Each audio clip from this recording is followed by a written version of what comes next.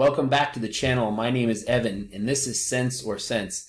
And today I want to talk to you guys about a topic that's near and dear to me as being an investor and a hedge fund manager over many years ago, as well as a registered investment advisor for over 17 years.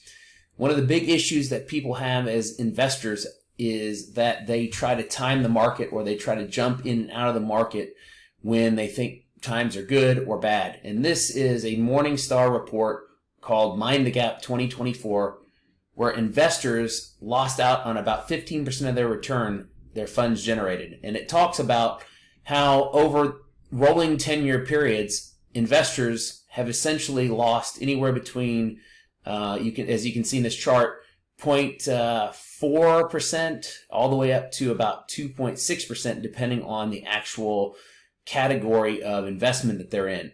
And you can see that the investor returns are right here and the total returns are right here. And they overall lag by about 1.1% over a 10-year period of time.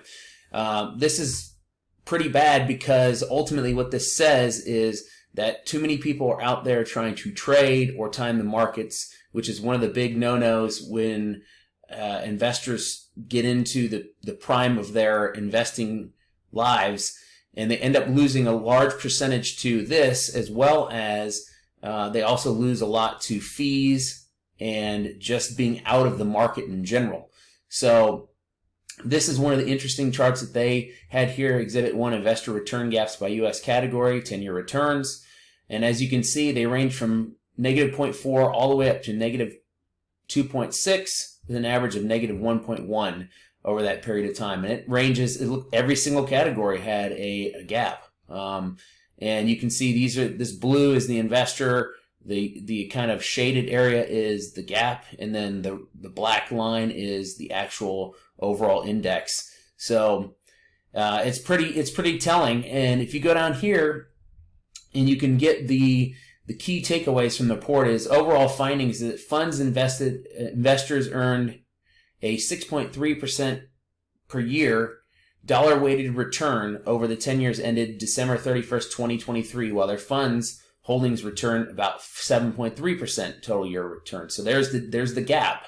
The 1.1% annual estimated return gap stems from mistimed purchases and sales and is broadly in line with the gaps measured over the 4 previous rolling 10-year periods in prior studies.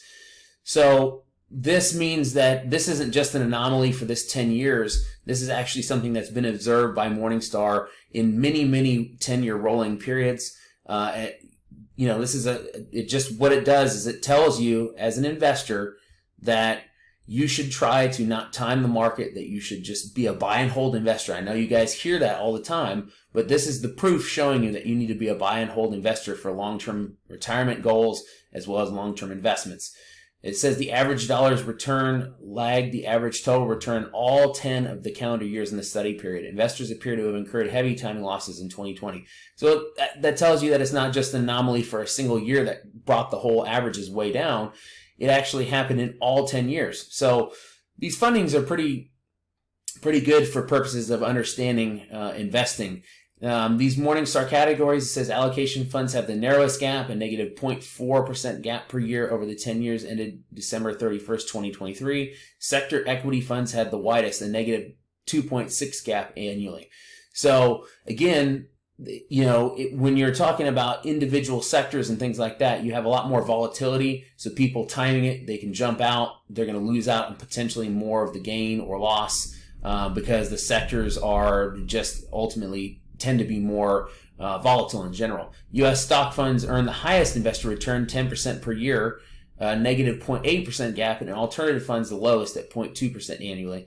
And I think you hear this too, especially from investment advisors and financial planners, is that overall stocks tend to outperform just about every other asset class for long periods of time. That's why they say that you have to be in the markets for long periods of time in order to not only beat other investments, but overall with the inflation being where it's been for several years, to beat that as well. So going down here, we're going to skip down here to page 8, and we're going to talk about some of the other returns that they had here too, which I found very interesting also. So down here, it said, this is really interesting graph. So Exhibit 10, all funds 10-year investor return gaps by category group ending in years shown. So each one of these columns here show the different categories, the different underperformance from the previous 10 years prior to that. So 2009 to 2019, 2010 to 2020, 2011 to 2021, and so forth. So you can see here, other than it looks like 2019 was a little bit of an anomaly, but 2020, 2021, 2022, 2023, the previous 10 years, you can see the gaps here were all greater than 1% in most categories. So again, these are rolling 10-year periods of time. So this is not something that just occurs once or has occurred just once recently. This has happened many, many times over the last many years. And this is an average of 10 years. So it's not something that just happens in 1 year. What's critical to take away from this is the buy and holding of funds, diverse funds in your portfolio, reducing your expenses, and just holding on to them rather than trying to time or jump in or out is the biggest takeaway from this that I'm getting here. It doesn't surprise me that, non-traditional equity sectors, municipal bonds, things like that have higher percentage gap because those tend to be the more volatile sectors, and people don't tend to understand those as much as, say, just a regular U.S. stock fund or a taxable bond fund or international fund. So you can see here it says going down here, it talks about the overall largest fund categories, 10-year investor gap returns. So these are the actual fund categories as you might see them like mutual funds out there. And you can see that large blend, large growth, large value, foreign large blend, and so on and so forth. You can see the gaps again are essentially between 0 for foreign large blend all the way up to roughly 1% in a lot of the categories. So these go in line with a lot of the other data that was collected on the overall markets.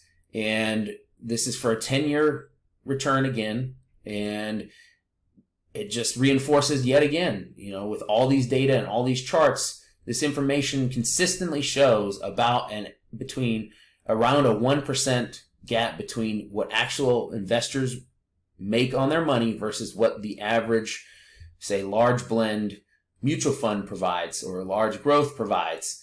And then it gets even more specific here. For the first time, we've separately evaluated the investor returns of open-end funds and ETFs. We estimate that the open-end funds earned a 6.1% investor return per year, negative 1% gap over the 10-year ended in December 31st, 2023 versus 6.9 for ETFs with a negative 1.1 gap. So this makes sense too because open-end mutual funds tend to have higher expenses than their equivalent ETFs. So that, even though there was a negative gap, a little bit larger on the ETFs, which makes sense also because people tend to trade in and out of ETFs more as a trading vehicle rather than a mutual fund that they hold on to for longer periods of time. But the ETFs did outperform overall. Again, that makes sense because the ETFs tend to have lower expenses. So this is kind of what I wanted to show you guys as a major summary of everything, and that is ETFs are going to tend to outperform their equivalent open-end mutual funds, then they're going to tend to also be traded more. So if you can not trade your ETFs, you can hold them much more like a mutual fund, then you're ultimately going to be in a much better situation, both from an expense ratio as well as the overall return factor over 10 years. So this is also interesting. Gaps were generally narrower for open-end funds than ETFs, even when controlled for asset class. Over this period, open-end funds saw more than 4.5 trillion in outflows. ETFs racked up roughly 2.7 trillion in inflows. So you can see, I think a lot of that is, again, because the expense ratios, people are leaving traditional open-end funds and flowing into ETFs, and the ability to trade them, which unfortunately leads to generally underperformance. So this is the last chart I wanted to show you guys today. Exhibit 12, open-end funds versus ETFs, investor return gaps by category group. And I find this really quite nice to look at because it shows you the differences between open-end funds and the ETFs in all the different asset classes. And you can see here that the ETFs pretty much are always, in most cases, except for U.S. equity, tend to have a larger gap with the investor's return. And that makes sense to me because, again, people think that they can trade ETFs and they're out there in the open market just like stocks. And so they tend to get in and out of them when the markets tend to get more volatile or they think the markets are selling off. Whereas a lot of mutual funds are held in 401ks and other retirement accounts. People don't tend to check those accounts as often. They don't tend to trade in and out. It may be possible that if they're not allowed to trade in and out of them in a certain period of time, so it keeps them from even considering that. So all of these things are really critical to overall performance. And I think, ultimately, I think the big takeaway, again, last time I'll reiterate this, but it's worth mentioning, is you want to buy either ETFs or mutual funds indexed, and you want to diversify, and you want to hold on to those holdings, not trade them, not try to jump in and out of the markets based on volatility like we've seen recently. And you will tend to outperform a lot of other investors out there that are getting in and out, trying to time either that or they're just holding off on purchasing things. It's costing people around 1.1% on average per year for 10-year periods. And that adds up very quickly. I mean, when you compound that out, you're talking 15%, which is what the title of the article is. 15% return is a pretty significant amount of return to be giving up for getting in and out of funds. So I appreciate you guys tuning in. I would hope that you hit the like button, subscribe to the channel. I'm going to bring you some more content in the very near future. I appreciate all of you guys. Talk to you next time. Thank you.